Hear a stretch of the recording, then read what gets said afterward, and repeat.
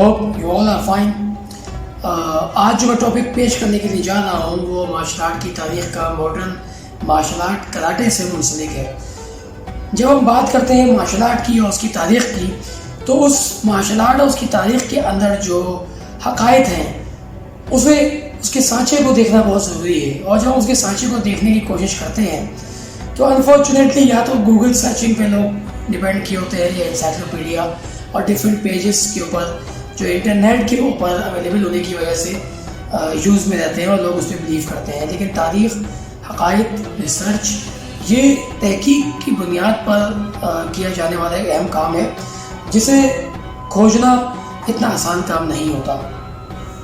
हमने अपनी पिछली वीडियोस में डिफरेंट इम्पॉर्टेंट टॉपिक्स को डिस्कस किया और हमने काफ़ी हद तक उस पर जो है उसे आपके सामने पेश करने से पहले उसको प्रूफ करके दिखाने की कोशिश की और हम काफ़ी हद तक कामयाब रहे। आज का हमारा टॉपिक बहुत इंटरेस्टिंग है और चूँकि हम एक तसल्सल को लेकर चल रहे हैं ट्रेडिशनल मार्शल आर्ट और मॉडर्न मार्शल आर्ट, और मॉडर्न मार्शल आर्ट के अंदर कुछ ऐसे किरदार हैं जो अंडरस्टैंड करना बहुत ज़रूरी है। हमारी मॉडर्न मार्शल आर्ट के अंदर एक बहुत बड़ा नाम, अकेला नाम, एक वाहिद नाम दुनिया में मशहूर है और वो है शोटोकान के बानी गिचिन फुनाकोशी। गिचिन फुनाकोशी के बारे में ये मशहूर किया गया है कि वो फादर है मॉडर्न कराटे के। और मॉडर्न कराटे को गौर से देखा जाए तो मॉडर्न कराटे कोई मॉडर्न नहीं है, बल्कि पिछली मार्शल आर्ट को स्पोर्ट्स के नाम पर दोबारा से शाया किया गया। तो वो जो दिहाई थी वो 1993 WKF और 1970 वोको है। और नाकायामा के बाद JKF Japan karate federation launch करना है। लेकिन गिचिन फुनाकोशी की दिहाई को देखें तो वो मॉडर्न मार्शल आर्ट से पहले की है, लेकिन लोग उसको मॉडर्न मार्शल आर्ट का फादर कहते हैं, द फादर ऑफ कराटे भी कहते हैं। तो क्यों ना आज हम रिसर्च की बुनियाद पर गिचिन फुनाकोशी को डिस्कस करते हैं। दोस्तों, गिचिन फुनाकोशी जापान कराटे के अंदर हम देखें तो सबसे पहले वो शख्स हैं जिन्होंने शोटोकान स्टाइल को बनाया। तो दोस्तों, सबसे पहली बात तो ये कि शोटोकान कोई स्टाइल नहीं था। जब ओकिनावा से 1916 और 1919 के अंदर ओकिनावा से जब सेकेंड वर्ल्ड वॉर के बाद गिचिन फुनाकोशी को चोजिन मियागी जापान टोक्यो लेके आए और जापानीज आर्मी के मातहत यहाँ पे उनको रुकवाया, तो उन्हें लाने वाला गिचिन फुनाकोशी को चोजिन मियागी था जो कि गोजोर्यू का बानी था। तो यहाँ पे ये पता चल रहा है कि जिसको बानी कहा जा रहा है उसको लाने वाला तो कोई और है, और वो खुद सबसे सीनियर, सबसे टेक्निकल, सबसे एजुकेटेड मास्टर थे अपने वक्त के। तो दोस्तों, Gichin Funakoshi modern martial art के फादर कैसे कहलाए इस पर बात कर लेते हैं। जब ये मार्शल आर्ट कराटे ओकिनावा से कराटे जापान मेनलैंड में आई तो उस वक्त जापान के पास अपनी कोई मार्शल आर्ट मौजूद नहीं थी हैंड कॉम्बैट कराटे के हवाले से। तो उन्होंने ओकिनावा का जो कैरिकुलम है वो ओकिनावा से मांगा और उसमें 80% ओकिनावन ग्रैंड मास्टर्स ने मना किया। और आज भी यूरोपियन और WKF और तमाम फेडरेशनों को वहाँ पर नहीं माना जाता। वो अपने ट्रेडिशनल कराटे जो उनके रूल्स हैं उन्हीं को फॉलो करते हैं, उन्हीं की वर्ल्ड चैम्पियनशिप्स होती हैं। तो ऐसे ही उस वक्त जब ये JKF बनाने का प्लान हुआ तो ये गिचिन फुनाकोशी की मौत के बाद हुआ। यानी कि गिचिन फुनाकोशी का मॉडर्न कराटे से कोई ताल्लुक नहीं है, उसके मरने के बाद हुआ जो भी हुआ। ये आप टाइम फ्रेम अगर आप जाके इंटरनेट भी सर्च करेंगे, जो कि आप तमाम लोगों की नीड बन चुका है, तो वहाँ से भी आपको यही इन्फॉर्मेशन मिलेगी। गिचिन फुनाकोशी एक छोटे कद के, बहुत ही कमज़ोर और बीमार बच्चों में शुमार हुआ करने वाले एक किरदार माने जाते हैं। गिचिन फुनाकोशी बीमारी के साथ साथ एक डरपोक इंसान थे और एक नोबल पर्सन थे। एक पढ़े लिखे ओकिनावा के अंदर एक टीचर के तौर पे जाने जाते थे। उन्होंने अपनी ज़िंदगी में, अपने मोहल्ले में, अपने शहर में, अपने मुल्क में, अपने इस जजीरे ओकिनावा में कभी किसी से फाइट नहीं की, कभी कोई कंपटीशन नहीं लड़ा। हत्ता कि जब उन्हें कराटे सीखने का मौका मिला तो आनको आज़ादू, आनको इतोसू के अंडर में उन्हें कराटे सीखी। तो उनके पास ब्लैक बेल्ट की डिग्री तक का तो माना जा सकता है, जो कि कभी दिखाई नहीं गई। लेकिन ब्लैक बेल्ट की डिग्री कभी दिखाई नहीं गई मगर उनको माना जा सकता है। लेकिन as a grand master, as a father of Shotokan karate, I don't think so कि एक आदमी जो ब्लैक बेल्ट हो के स्टाइल को बना भी सकता है। तो बहरहाल ये एक स्टाइल जो है एक कैरिकुलम था और यही सेम कैरिकुलम कैना माबुनी भी लेके आए। और कैना माबुनी को जो है वो जापान के अंदर ओसाका के अंदर ट्रांसफ़र कर दिया गया, जहाँ पर उन्होंने नेवी को ट्रेन किया और उनसे एक अलग काम लिया गया। और यहाँ पे नाकायामा जो कि आर्मी फोर्स के थे, जिन्होंने चाइना के ऊपर हमले करने के साथ साथ कई चाइनीज़ जो औरतें थी उनका रेप किया और बहुत सारे ऐसे किरदार अदा किए कि जिससे चाइनीज़ कौम के ऊपर जुल्म सितम की दास्तान लिखी, उसमें नाकायामा का नाम आता है। नाकायामा एक फ़ौजी होने के साथ साथ, एक आर्मी ऑफिसर होने के साथ साथ जापान की तरफ से कोई डिफरेंट स्टाइल भी सीखे हुए थे, लाइक केंडो, आकिडो। लेकिन वो इतनी फॉर्मेलिटी के साथ नहीं सीखा गया क्योंकि वो आर्मी के एक अफसर थे। लिहाजा जब शोतोकान के लिए टोक्यो के अंदर गिचिन फुनाकोशी को रोका गया तो नाकायामा को उनके साथ जोड़ दिया गया और टोटली कराटे जो है वो जापान आर्मी के मातहत होने लगी। दोस्तों, ये बात आप लोगों को पता होना चाहिए कि जापान की अपनी कोई आर्मी नहीं है, क्योंकि सेकेंड वर्ल्ड वॉर का मतलब ये है कि जापानी जब अमेरिकन से अपनी जंग हार गए थे, तो जब आप जंग हार जाते हैं तो आपकी अपनी कोई फोर्स नहीं होती, आप मातहत होते हैं, आप पुलिस का काम करते हैं, हम रोड पे सार्जेंट के काम कर सकते हैं, लेकिन आपकी फौज नहीं हो सकती। लिहाजा अमेरिकन इन्वॉल्वमेंट इनकी पॉलिटिक्स में भी, जापान की मार्शल आर्ट कराटे में भी और तमाम दूसरी चीज़ों में फौज समेत अमेरिकन की इन्वॉल्वमेंट रही है। 1930s के अंदर जब शोतोकान बनी तो शोतोकान नहीं बनी, जबकि जो ये चारों मास्टर जो थे, जोजिन मियागी, कैना माबुनी, दीगर स्टाइलों के मास्टरों के अलावा गिचिन फुनाकोशी जब जापान आए तो उन्होंने फैसला ये किया कि जापान में कराटे सिखाई जाएगी। शोतोकान की कभी कोई बात नहीं की गई। तो वसेदा यूनिवर्सिटी के अंदर सबसे पहला स्कूल खोला गया कराटे का गिचिन फुनाकोशी की तरफ से और वहाँ पर कराटे टीच की गई। आप बैकग्राउंड की तस्वीर भी देखेंगे, जो वुडन था, पूरा लकड़ी का बना हुआ था। और इस तरह से कराटे जो है वो स्कूलिंग सिस्टम के तहत सिखाई गई और फैलाई गई और आर्मी को ट्रेन करने के लिए भी सिखाई गई। और चूँकि अमेरिकन इन्वॉल्वमेंट थी आर्मी में भी और उनकी मार्शल आर्ट कराटे में भी, तो इसी हालात में जब शोतोकान और कराटे आप कह रहे हैं कि जब हो रही थी, तो यूरोप में और फ्रांस के अंदर सेम कराटे ऑलरेडी लॉन्च हुई भी थी। अब सवाल ये पैदा होता है कि अगर कराटे जापान में पैदा हुई, अगर कराटे गिचिन फुनाकोशी के ज़माने में हुई, तो उसको सीखने में कम से कम 20 साल तो लगेंगे। तो उसी दिहाई में वेस्टर्न मुल्कों के अंदर जो है मार्शल आर्ट फ्रांस, पेरिस के अंदर कराटे क्या कर रही है और बहुत अच्छे तरीके से कराटे हो रही थी। यानी कि ये जो पैटर्न है जो आप शोतोकान की शक्ल में देख रहे हैं, आज WKF वोको के अंदर देख रहे हैं, ये कराटे का असल पैटर्न नहीं था। ये अमेरिकन और दूसरे लोगों की एक कॉम्बिनेशन था, उनका अपनी एक माइंड सोच थी उनकी, जो कि उन्होंने इसको आगे पेश किया और कराटे को सिखाने की कोशिश की। लिहाजा कराटे जो है वो गिचिन फुनाकोशी के ज़रिए स्कूल्स में PT के और फिजिकल ट्रेनिंग के ज़रिए आर्मी के अंदर भी सिखाई जाने लगी और नाकायामा हमेशा गिचिन फुनाकोशी के साथ रहे। और यही वजह थी कि जैसे ही ये जितने भी आप मॉडर्न कराटे के अंदर मासुयामा और दीगर लोगों के आप नाम सुनते हैं कि जो कहते हैं कि हम जोजिन मियागी के स्टूडेंट हैं, ये बात गलत है। मासुयामा जोजिन मियागी के स्टूडेंट नहीं है गोजोरियो में। और जो आपका गिचिन फुनाकोशी है उसमें भी शोतोकान वो उससे नहीं सीखे। अलबत्ता गिचिन फुनाकोशी के बेटे जो गिको फुनाकोशी थे उनसे उन्होंने सीखी थी और ये बहुत कम टाइम फ्रेम के अंदर ट्रेनिंग का था। और उसके अंदर में उनको एक बीमारी हुई, फोटोस्टेट की मशीन पे उनके बेटे गिको फुनाकोशी जो गिचिन फुनाकोशी के बेटे थे वो काम करते थे और फिर उनका इंतकाल हो गया। और नाकायामा के साथ उन्होंने ये फॉर्मेशन जो है कराटे की, इसमें बहुत मदद करी। जो गिचिन फुनाकोशी ने सिखाया वो एक डिफरेंट पैटर्न था और जो शोतोकान बनाई गई वो एक डिफरेंट कराटे बन गई। और गिचिन फुनाकोशी ने जो कातास की है, आप उसकी कातास भी अगर देखेंगे तो आज की शोतोकान और गिचिन फुनाकोशी के कातों की परफॉर्मेंस है उसमें ज़मीन आसमान का फ़र्क है। गिचिन फुनाकोशी जो है वो शिकोदाची में हॉर्स राइडिंग के अंदर जो पाँव इस तरफ से होते हैं, इस तरह का यूज़ करते थे। और शोतोकान में आज किवादाची के ऊपर जो टांग को स्ट्रेट होती हैं वो यूज़ किया जाता है। लिहाजा इसी के साथ एक बहुत इम्पोर्टेंट हिस्ट्री कि गिचिन फुनाकोशी की कब्र जापान में क्यों, ओकिनावा में क्यों नहीं थी, जबकि गिचिन फुनाकोशी ओकिनावा की पैदाइश थे। दोस्तों, इसी दिहाई के अंदर एक ऐसा किरदार, एक ऐसा वॉरियर, एक ऐसा फाइटर ओकिनावा के अंदर मशहूर था, जो कि इलाकाई स्ट्रीट फाइटर भी मशहूर था। इसी टाइम फ्रेम के अंदर चोकी मतुबो के नाम जो है वो शोरिंryū कराटे के अंदर बहुत माना जाता है, पुराने मास्टरों में इनका शुमार है। और मतुबो ryū शोरिंryū कराटे बहुत मशहूर है। मतुबो ryū शितोryū वालों ने भी अडॉप्ट की है, लिहाजा इनका अपना एक ख़ास पैटर्न था। ये स्ट्रीट फाइटर थे, ये बहुत मजबूत बॉडी के मालिक थे।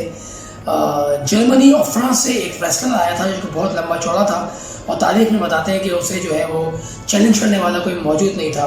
तो चोकी मतुबो ने उसे चैलेंज किया और ये फाइट हुई, और विद इन सेकेंड जो है उसे बहुत बुरी तरीके से जो है फेंट करके बेहोश करके ज़मीन पर नीचे गिरा दिया था चोकी मतुबो ने।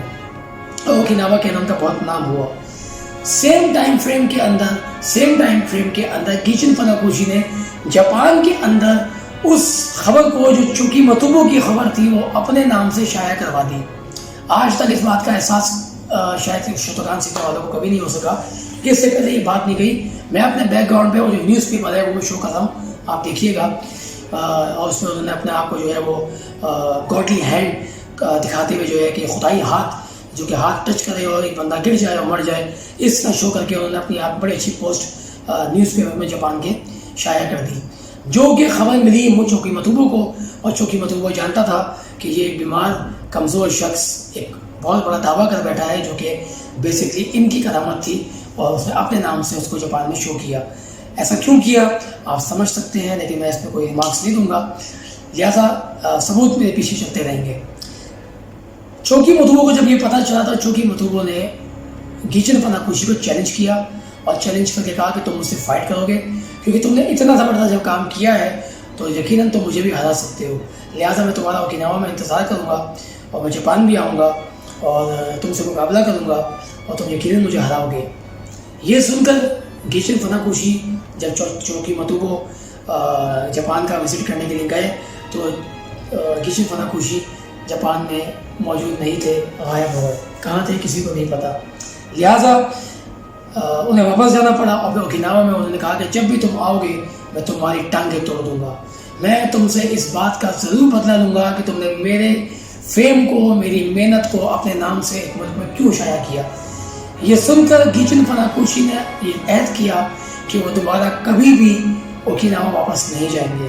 तो जो गिचिन फुनाकोशी थे वो एक हम्बल टीचर थे, और कराटे के चैम्पियन, मास्टर और एक वॉरियर नहीं थे। वो एक जिस्म कमज़ोर और छोटे कद के थे, और ये बात तारीख़ में उनके अपने कई पेजेस पे ये बात मेंशन है।